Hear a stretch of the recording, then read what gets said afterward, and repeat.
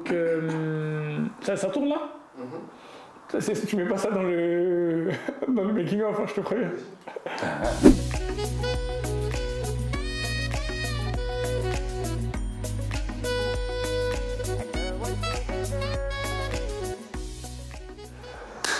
Alors aujourd'hui on est avec Stéphane qui va nous raconter l'histoire de sa petite surface. On est dans le 15e arrondissement de Paris, un truc vraiment magnifique, un petit bijou, comme on les aime chez ML Conseil. Donc vas-y Stéphane, présente-toi.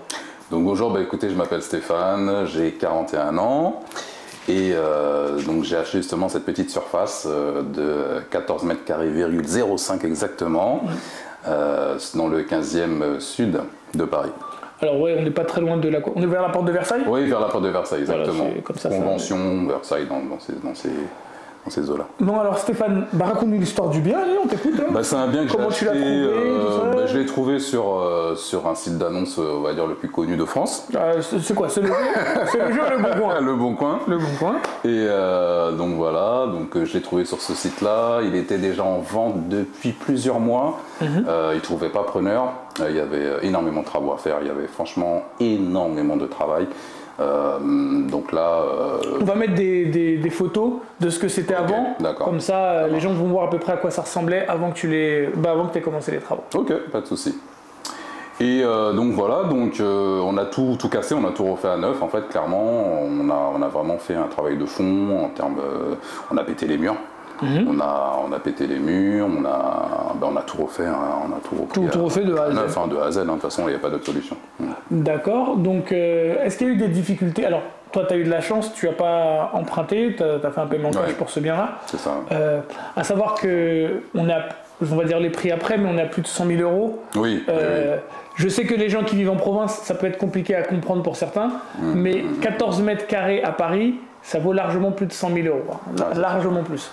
Et là, on est dans Paris intramuros, donc voilà. C'est clair. Donc, tu avais déjà fait beaucoup de visites, pas beaucoup, tu as trouvé facilement, pas facilement? Moi déjà, j'avais déjà acheté quelques biens déjà auparavant. J'étais un investisseur locatif, donc en banlieue parisienne. Donc clairement, j'ai pas vraiment fait beaucoup de visites. Juste déjà sur l'annonce, j'avais vu qu'il y avait un potentiel. Donc franchement, c'est vrai que j'ai peut-être eu de la chance aussi parce que l'annonce est sortie au bon moment, je l'ai chopé au bon moment aussi. Enfin, j'ai vu tout de suite le potentiel, j'ai appelé l'agence en question. Et puis je leur ai dit clairement, voilà, moi je vais faire une offre. Je le visitais bien évidemment avant. Donc on l'a visité dans l'après-midi même, le lendemain, ou je crois dans l'après-midi même, après l'appel. Et moi je leur ai dit clairement, moi l'appartement il m'intéresse, donc je vais faire une offre. Tu as négocié beaucoup, pas beaucoup? Ouais, je pense que ouais. Mais j'ai cassé 2 jambes, 2 pattes au canard, on va dire. Ce qui s'est passé. Après, je vais dire, parce que moi, je pense que j'avais fait une vidéo où j'expliquais que trop négocier, c'était un mauvais signe. Mais j'explique aussi que il y a des façons. Et quand tu viens en paiement cash, forcément, c'est plus facile de négocier. Ça, exactement. Et ou même quand tu viens avec un gros apport, c'est plus facile de négocier. Donc là, tu as réussi à bien le négocier. Et puis peut-être aussi que le bien était surévalué. Il était surévalué, oui et non. C'est-à-dire qu'en fait, là, on était aux alentours de 10 000 € le mètre. D'accord. Donc, on va parler chiffres, clairement. Non, tu sais quoi? On va les faire visiter l'appartement. Ok. Tu vas nous faire la petite visite. Et juste après, on va parler des chiffres. Comme ça, ils vont voir l'appartement. Ok, pas de problème. Si je leur parle des chiffres avant, peut-être qu'ils ne vont pas regarder la visite. Donc, okay. Regardez la visite et on revient tout de suite pour les chiffres. Pas de problème. Nous y sommes. Ma formation sur l'achat-revente immobilier est enfin éligible au CPF. Tu bénéficieras de tous les modules de la formation ainsi que d'un coaching collectif 2 fois par semaine avec tous les autres membres de ton groupe. Tu auras également un accès privé au sein d'un groupe Telegram où tu pourras me poser toutes tes questions. Ce sera également un moyen pour moi de suivre de près ta progression. Grâce au financement CPF, saisis l'opportunité qui t'est donnée de te former gratuitement au métier de marchand de biens immobiliers. Alors pour nous rejoindre, n'hésite pas à cliquer sur le lien qui est dans la bio. Donc vas-y Stéphane, fais-nous visiter ton nouveau bien. Ok, pas de souci. On va commencer par la cuisine, si vous voulez bien. Donc en fait, c'est un appartement, comme c'est un petit appartement, on rentre directement dans la cuisine. Donc là, vous voyez, sur le côté, on commence à voir le début de la cuisine. Alors on a une plaque vitrocéramique de feu, ce qui est un peu normal pour ce type d'espace. On a un évier qui dépasse un petit peu, avec un très beau mitigeur, je trouve.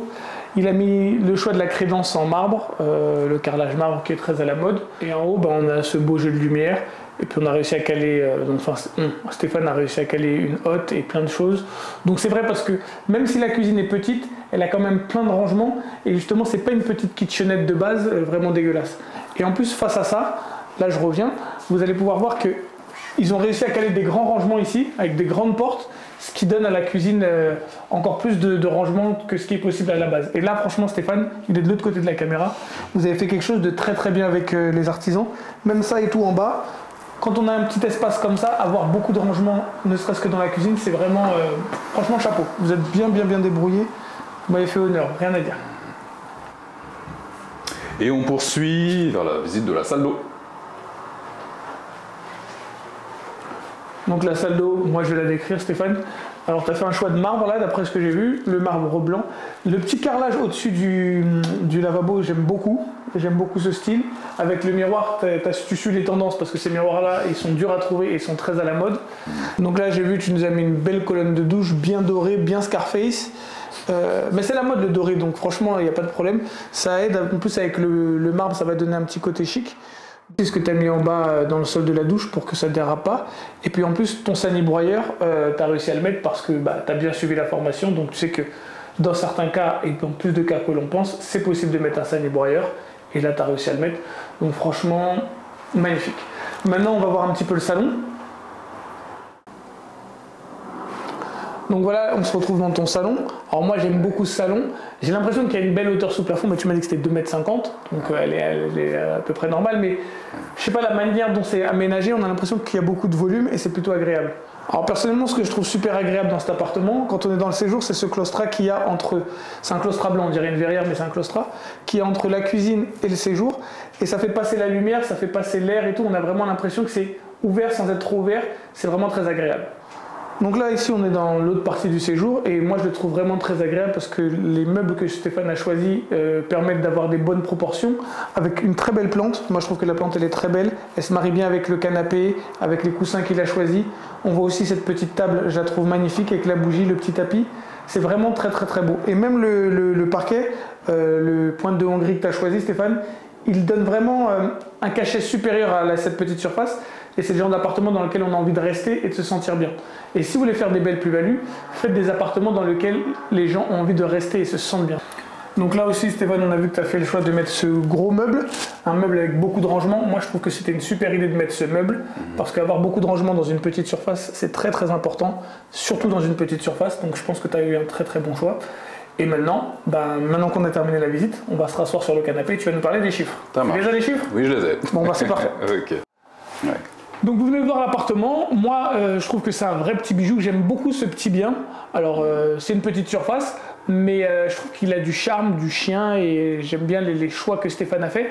Si vous aussi, il y a des choses que vous aimez particulièrement dans l'appartement, n'hésitez pas à le mettre dans les commentaires. S'il y a des choses que vous n'aimez pas, mettez-le aussi dans les commentaires, parce qu'on a besoin de savoir ce qui plaît aux gens. Donc, puis voilà, il faut toujours accepter. Il y a toujours des gens qui ne sont pas d'accord et ils ont le droit de s'exprimer. Alors Stéphane, il y a quelque chose qui intéresse les gens par-dessus tout, ouais. Hormis le fait que tu ne sois pas célibataire, parce que ça intéresse forcément des femmes qui regardent la chaîne, c'est les chiffres. Ouais. Alors parle-nous un peu des chiffres et des détails, parce que là on a vu que tu n'avais pas besoin de faire de financement, mais peut-être que les travaux et tout, il y a des choses qui t'ont coûté cher, pas cher. Oui, pas de souci. Donc c'était un bien en fait qui était mis en vente déjà, comme je disais tout à l'heure, donc à 10 000 € le mètre carré. Donc là on est sur une surface de 14,05, un petit peu plus de 10 000, j'ai envie de dire. Donc on était sur 149, je crois, il me semble. Et donc je l'ai acheté donc à 123 000. 123 000, ah oui, t'as été fort. Voilà, hors frais de notaire. Frais de notaire 10 000 €, donc 134 000. Okay, à peu près ces eaux-là. Ils ne vont pas nous dire oui, vous avez menti, il y a 650 €. Il y a toujours des frais, voilà, des actes, etc. Okay. Donc on est sur 134 000 €, frais de notaire inclus, frais d'agence inclus aussi. L'agence, c'était une agence à 2 000 €. Donc, ah oui, c'est les Teddy Riner est dans cette agence-là. Comment ça s'appelle? De papa. L'agence de papa. Exactement. Ouais, voilà, alors, je sais pas s'il fait juste la pub ou il est actionnaire, mais ouais, je vois c'est quelle agence. Ouais, voilà. Donc ça aussi, ça fait partie aussi du... Enfin, le fait aussi que j'ai eu aussi un prix intéressant, c'est déjà les frais d'agence étaient vraiment très très faibles. Donc ça, c'était quand même une bonne chance. Et là, avec les travaux, donc on est à 23 000 € de travaux parce qu'on a vraiment tout refait de A à Z. Ouais. Et je le dis souvent, sur les petites surfaces, vous allez dépasser les 1 000 € du mètre carré. Ouais, c'est clair, c'est clair. Je ne m'attendais pas hein, d'ailleurs. Non mais c'est normal et les gens n'arrivent pas à comprendre ça. Et j'ai fait un TikTok à ce sujet pour que les gens puissent comprendre, c'est que petite ou grande surface, il y a des frais incompressibles. Ouais. Par exemple, tu achètes une colonne de douche pour une petite ou une grande surface, c'est le même prix. Ouais, tu achètes un toilette pour une petite ou une grande surface, c'est le même prix. Tu achètes un évier, c'est le même prix. Tu achètes un ballon d'eau chaude, c'est le même prix. Et toutes ces choses-là font que ça arrive pas tu peux pas descendre les prix autant sur une petite qu'une grande surface. Ah oui, sur une grande surface, tu lises plus, sur une petite, c'est incompressible. Exactement, ouais. Donc tu es arrivé à 22-23 000, tu m'as dit? Oui, c'est ça, 22-23 000, c'est 1 400 € le mètre à peu près. Voilà, donc on avait fait à peu près le calcul, tu en avais à peu près pour 156 000? 156 000, exactement. Voilà, parce que tu étais à 122, 123, avec les frais de notaire inclus, tu étais à 134. Voilà, c'est ça, ouais. Dans les 122, 123, il y a tes frais d'agence. Exactement. Donc ouais, 122, plus on arrive à 134 frais de notaire inclus. Ouais. 20 000 de travaux, ça te fait 154, plus 2 000, parce qu'on est à peu près à 150 000, ça te fait 156 000. 156, 157 000. Ouais, entre 156 et 157. Voilà. Et moi, je sais à peu près combien ça vaut, mais combien ça vaut une petite surface refaite à neuf comme ça dans le 15e arrondissement? Ça minimum à 180 000 €. Voilà, 180 000 €. Ouais. Donc ça te fait à peu près 34 000 €. C'est ça. Voilà, j'avais fait une interview avec une fille qui s'appelle Aram, qui va sortir bientôt sur la chaîne. L'interview est déjà faite, mais elle va sortir un petit peu plus tard. C'est ça, exactement. Où elle prenait à peu près 40 000 €, elle aussi sur une petite surface. Ah, c'est la warrior de... Ah, en matière de petite surface, Stéphane, je t'aime bien, mais... Elle est indétrônable. Mais Aram, non, elle est détrônable. Et j'espère que quelqu'un va venir la détrôner. C'est clair. Mais Aram, en matière de petite surface, déjà, elle est parisienne. Ouais. Elle vit dans Paris. Elle ressent le truc. Non, c'est une parisienne. Imprégnée c'est une parisienne pure, ma petite Aram. Ah ouais, d'accord. Et puis c'est pas sa première. La première, elle a plus galéré que la deuxième. Okay. Et puis elle s'intéresse à ça, elle veut en faire d'autres. Ouais, parce qu'elle, clairement, elle veut pas se lancer dans des surélévations, des choses comme ça. C'est une fille seule et tout. Elle lui prend la tête et puis elle a un métier intéressant. Okay. Mais refaire des petites surfaces dans Paris, c'est quelque chose qu'elle aime. D'accord. Et bon, elle a le record, mais tu peux la battre. Hein, je vais essayer.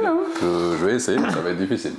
Ouais, ça va être difficile parce qu'elle est forte quand même. C'est clair. Et alors, qu'est-ce que la formation t'a apporté qui a fait que tu peux générer autant, et si tu n'avais pas fait la formation, tu penses que tu aurais généré moins de chiffres? Je pense que si déjà j'avais pas fait la formation, j'aurais peut-être pas eu le courage peut-être de faire ce projet-là en fait, clairement. C'est pas le courage en tant que tel, mais c'est-à-dire que je me voyais pas faire une rénovation aussi appuyée, aussi qualitative, en tout cas j'espère, en espérant justement au but de le revendre en fait. Moi personnellement j'écoutais tout le monde, les gens on va dire autour de moi, etc., les proches qui me disent bah, si tu veux rénover un bien, rénove-le, mets un coup de peinture. Le fameux mets un coup de peinture, balance une petite cuisinette à 200 €. C'est les gens qui te disent voilà. Tu t'en fous, c'est pour le vendre. C'est ça. Mais tu vois la mentalité de ces gens-là, c'est-à-dire c'est pour le vendre. Ils vendent de la merde, en fait, et ça les dérange pas. Mais ils pensent qu'ils vont s'enrichir en vendant de la merde. J'arrive pas à comprendre. Vous voulez qu'on vous donne beaucoup d'argent, donner beaucoup de valeur aux gens. C'est ça. Donc voilà, la valeur qu'on doit donner. Bon bien, les gens sont prêts à mettre plus. Rester toujours en rapport. Parce qu'il y a des gens qui comprennent pas, même le fait de meubler le travaux avant de le revendre, enfin de meubler le bien avant de le revendre, c'est vrai que les gens le. En plus, ça met des très beaux meubles. Ce canapé, moi je l'aime beaucoup. Tu m'as dit c'est la Maison du Monde. Maison du Monde. Combien c'est la Maison du Monde celui-là? 350. 350, il est beau, hein. Tu vas la récupérer? À voir. Négocier avec l'acheteur. Même le petit plaid là, il a un petit charme et tout. Franchement, c'est très bien décoré. Merci bien. Et donc oui. Et est-ce qu'il y a autre chose que tu as appris par rapport à la formation, hormis de mettre de la qualité? En tout cas, j'ai appris en tout cas à gérer, à piloter, les travaux. À piloter les travaux. C'est vrai que tu t'en es pas mal sorti, hein, les travaux, tu m'appelais de temps en temps, mais... j'étais vraiment sur place, je venais en général au moins 3 fois par semaine, 3 à 4 fois par semaine. Ouais, non, c'était bien. Pour faire un petit point, pour voir ce qui n'allait pas, les petites choses à... Et puis t'as vu, les travaux, il y a toujours des trucs. Ah ouais, c'est clair. Jusqu'à la dernière seconde. Et t'as remarqué aussi les travaux, entre ce que tu imagines et le résultat final, c'est jamais exactement pareil. C'est exactement ça. Il y a des choses qui sont mieux et des choses qui sont moins bien. Voilà. Là, ça va, franchement, on est sur un beau bien. Merci, franchement, félicitations Stéphane. Merci Lionel, c'est grâce à toi. J'espère que tu vas prendre ton petit billet. Bon voilà. J'espère que la formation t'a beaucoup aidé. La formation m'a énormément aidé. Clairement, c'est une formation qualitative. Allez-y, honnêtement, pour le prix que... le prix va changer apparemment d'après ce que j'ai entendu. Ah, Stéphane, il était dans les premiers acheteurs. Hein. Oui, le prix va changer parce que... Tu veux la vraie raison? Quelle est la raison? vous prenez des billets de 20, 30, 40 000, il faut que je prenne ma part aussi. la raison c'est ça en fait. Il n'y a pas d'autre raison. C'est normal, bah oui, Ouais, c'est tout à fait logique. Hein. Donc, oui. bon, t'étais dans les premiers. Les seconds, vous inquiétez pas, il restera abordable, donc il n'y a aucun problème. Donc j'espère que cette interview vous aura plu. J'espère que vous aurez appris beaucoup. N'hésitez pas à dire ce que vous avez aimé dans la rénovation de Stéphane. Et je vous dis à bientôt dans la prochaine vidéo. À bientôt. C'est classique. Ah non, comment ça se passe? Là, ça tue le truc. Jette-le comme ils le font là sur Le pliage. sur Pinterest là. Voilà, là on est propre. Nickel. Tu veux mettre tes magazines là? Ouais, les deux.